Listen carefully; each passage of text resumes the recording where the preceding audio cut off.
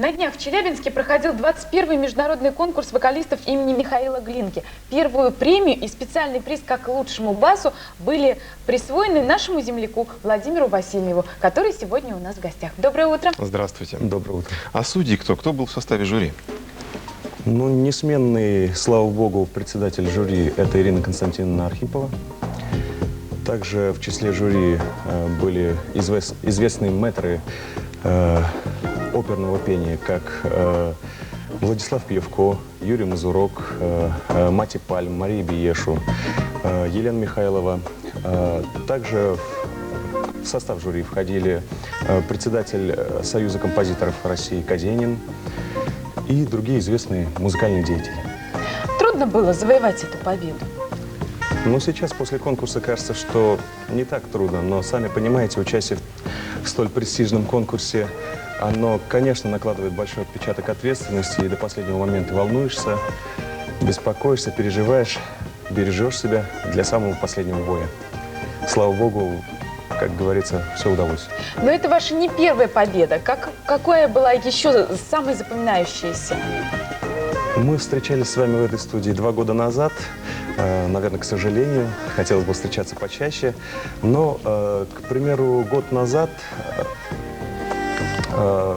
случилось для меня тоже радостное событие. Я участвовал во 2-м всероссийском конкурсе имени Георгия Васильевича Свиридова, где я стал лауреатом 3-й степени, 3-й премии. И для меня это, конечно, тоже определенная ступень в творческом пути. Как сохранить голос? Как вы бережете свой голос? У каждого, наверное, свои методы, но каждый раз, когда я, бывает так, что простужаюсь или заболеваю, конечно, вспоминаю советы мамы.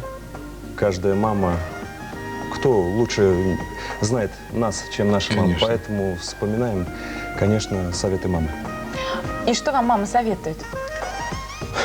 Ну, прежде всего, беречь себя. Теплое Ты же молочко? видишь семейные тайны выпытывающий человек. Может быть, это какой-то семейный рецепт, Ну, может, я которым хочу... можно поделиться. Или нельзя? Ну, например, когда горло болит, я обязательно делаю компресс водочный не вовнутрь, а снаружи. К счастью, я алкоголь не принимаю. И, конечно, полоскание различными травами горла. Ну и что ж, ваши утренние пожелания нашим телезрителям? Ну, самое свежее, как говорится. Основная задача на этом конкурсе у нас с педагогом была выступить достойно, несмотря на амбиции, несмотря на, так скажем, возможности соперников. Основная задача у нас была выступить достойно.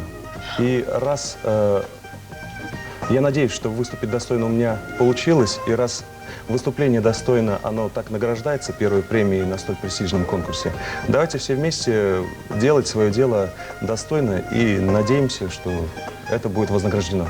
Какие у вас планы? Намечается ряд концертов, пока это в стадии предложений, но надеюсь, что они осуществятся. 5 января планируется исполнение рождественской мессы, в которой я надеюсь принять участие. Также состоится концерт от Татарской государственной филармонии в зале филармонии на Павлюхина, 73. И намечается, конечно, концерт, это уже после Глинковского конкурса поступило предложение выступить в Большом зале Московской консерватории 16 января с оркестром народных инструментов Некрасова. Спасибо вам большое. Напоминаем, что у нас в гостях был Владимир Васильев.